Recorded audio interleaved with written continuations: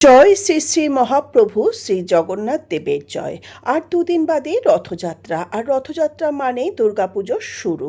তো মহাপ্রভু পথে নামবেন সকল ভক্তদের দর্শন দেওয়ার জন্য। তো মহাপ্রভুর তো নানা রকমের ভোগ হয়, সেরকম একটা ভোগ আমি আজকে নিয়ে হাজির হয়েছি, সেটা হলো ক্ষীরা।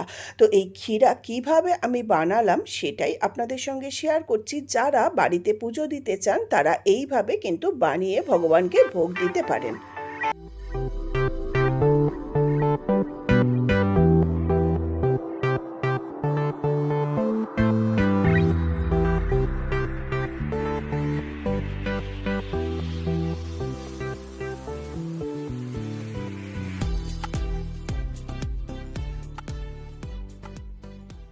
নমস্কার বন্ধুরা, রসবশী বাঙালিয়ানাতে আমি সুজাতা সবাইকে জানাই সুস্বাগতম।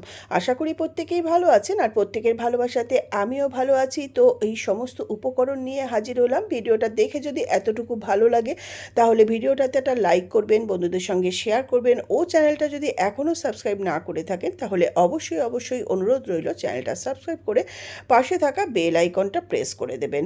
তো আমি যখনই কোনো নতুন ভিডিও আপলোড করব সঙ্গে সঙ্গে আপনারা কিন্তু নোটিফিকেশন পেয়ে যাবেন। তো এই যে ক্ষীরা অনেকেই হয়তো বানাতে জানেন, কিন্তু আমি কিভাবে বানালাম আর কি কি উপকরণ নিলাম চলুন সেটাই আগে আপনাদের সঙ্গে শেয়ার করি।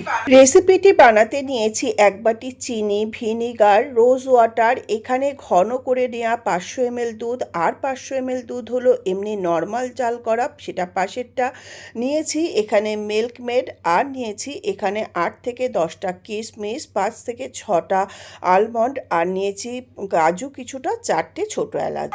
তাহলে দেখলেন তো সামান্য কয়েকটা উপকরণ দিয়েই ভগবান জগন্নাথ দেবের কত সুন্দর একটা ভোগ তৈরি হয়ে যাবে। এর জন্য আমি এখানে চিনি ইউজ করছি, এটা দেখাবার জন্য। কিন্তু মহাপ্রভুর ভোগে কিন্তু চিনি ইউজ হয় না, ওখানে গুড় লাগে। আর এখানে আমি কিছুটা নেব ঘি। ক্ষীরা বানাবার জন্য প্রথমেই ছানা তৈরি করতে হবে। তো যেমন নর্মাল জাল করে নেওয়া দুধটা আগে ছানা কেটে নেব। আর জগন্নাথ দেবের ভোগে কিন্তু ছানা দিয়ে কোনো প্রিপারেশন করলে সেটা দই দিয়ে কাটা হয়, কিন্তু আমার কাছে দইও অ্যাভেলেবেল নেই, পাতিলেবুও নেই, তাই আমি ভিনিগার দিয়ে ছানাটাকে কেটে নিচ্ছি। আর এটা তো আমি ঘরোয়াভাবে দেখাচ্ছি।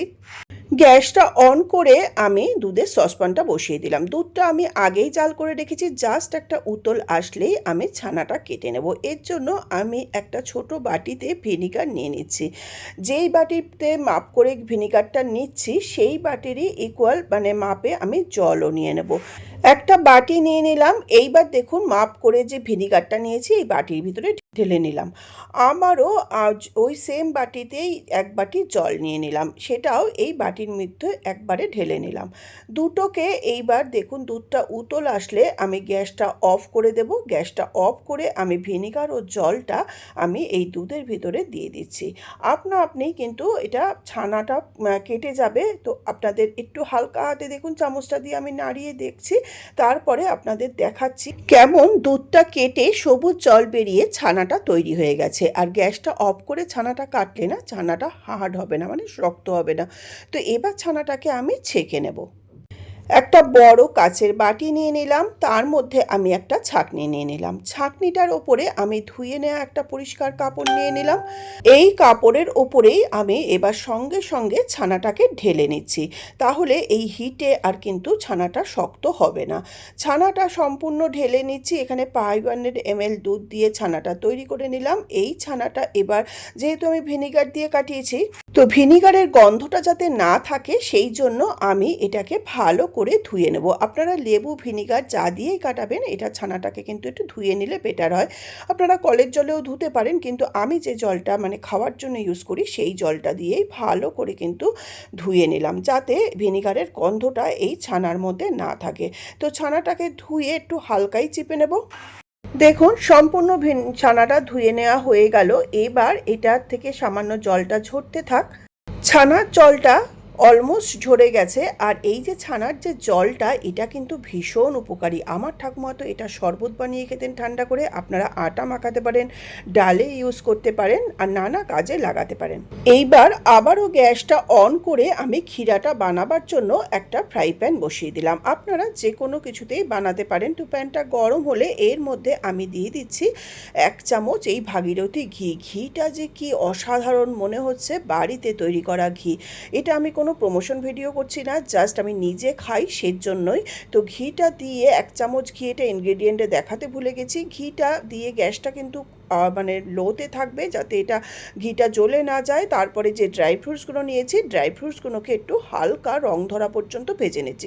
কিশমিশগুলো সামান্য একটু ফুলে উঠলেই আমি সমস্ত ড্রাই ফ্রুটসগুলোকে আবার প্লেটের মধ্যে তুলে নিচ্ছি। একইভাবে সমস্ত ড্রাই ফ্রুটসটা তুলে নিয়ে এবার এই প্যানে যতটুকু ঘি আছে তার মধ্যেই আমি আগে থেকে ভালো করে ঘন করে রাখা দুধ মালাই সমেত এই প্যানের ভিতরে ঢেলে দিলাম।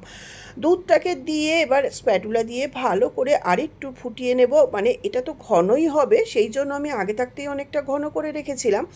এইবার এটা ফুটে উঠলে আরেকটু ঘন হলে এর মধ্যে আমি যে চিনি নিয়েছি, সেই চিনির থেকে আমি 2 চামচ দিচ্ছি। নিয়েছি এখানে 1 বাটি, কিন্তু এত চিনি আমি দেবো না, কেন কি আমি মিল্কমেড ইউজ করছি। মানে আপনাদের কাছে মিল্কমেড না থাকলে আপনারা গুঁড়ো দুধও ইউজ করতে পারেন। যাই হোক, চিনির থেকে একটু জলটা বেরোবে, তো সেই চিনির জলটাও একটু টাইনে শুকনো হবে, তো আরেকটু ঘন হবে দুধটা। তো এই পর্যায়ে আমি দিয়ে দিলাম এখানে 2 টেবিল চামচ মতন মিল্কমেডটাকে দিয়েও চিনির সঙ্গে আর দুধের সঙ্গে ভালো করে একটু মিশিয়ে নেব। এই চামচের 2 চামচ দিলাম। তারপরে দেখুন আবারও ভালো করে আরও একটু ঘন করে নেব। মিল্কমেড, দুধ আর চিনি ফুটে আরও ঘন হয়ে গেল, আরও মিনিট 5 ফুটিয়ে নিলাম। এইবার আমি এর মধ্যে দিয়ে দেব আগে থেকে যে ড্রাই ফ্রুটসগুলো ভেজে নিয়েছিলাম, সেই ড্রাই ফ্রুটসগুলো দিয়ে তারপরে যে ছানাটা জল ঝরিয়ে রেখেছি, সেই ছানাটা আমি এবার হাত দিয়ে ছড়িয়ে ছড়িয়ে দিয়ে দেবো। আমি এখানে এমনি কাঁচা ছানাটা ইউজ করছি, আপনারা কিন্তু ছানাটাকে একটু ঘিতে ভেজেও ইউজ করতে পারেন। তো ছানাটাকে সুন্দর করে দিয়ে সমান করে একটু নাড়িয়ে ফুটিয়ে রান্না করে নিলেই হয়ে যাবে একদম ভগবানের ক্ষীরা বা ছানার পায়েস আমাদের কথাতে। ছানাটা সম্পূর্ণ দিয়ে তারপরে যে 4টে ছোটো এলাচ নিয়েছি সেটাও থেতো করে দিয়ে দিলাম। তারপরে যে রোজ ওয়াটার নিয়েছি, এখান থেকে আমি 1/2 চামচ রোজ ওয়াটার এই পায়েসের ভিতরে ইউজ করছি। সব কিছু মেশানো হয়ে গেলে আরও একটু মিশিয়ে নিয়ে জাল করে আর একটু ঘন করে নেব পায়েসটাকে। তারপরে নামিয়ে একটা পাত্রে আমি শিফট করে নেব। তো দেখলেন তো বন্ধুরা, কত সহজেই তৈরি হয়ে গেল একদম সুস্বাদু ভগবানের ভোগ ছানার পায়েস। আর এবার আপনাদের কনসিস্টেন্সিটা দেখাচ্ছি, এরকম ঘনত্বেই থাকবে। এটা ঠান্ডা হলে কিন্তু আরও একটু মানে জমে যাবে। তো এটা নর্মাল টেম্পারেচারে আসবে, তারপরে ফ্রিজে রেখে ঠান্ডা করে ঠান্ডা পরিবেশন করব মহাপ্রভু জগন্নাথ দেবের ভোগ প্রসাদ ছানার পায়েস বা ক্ষীরা। দেখুন কথা বলতে বলতে আরও একটু এটা ফুটে অনেকটাই ঘন হয়ে গেছে।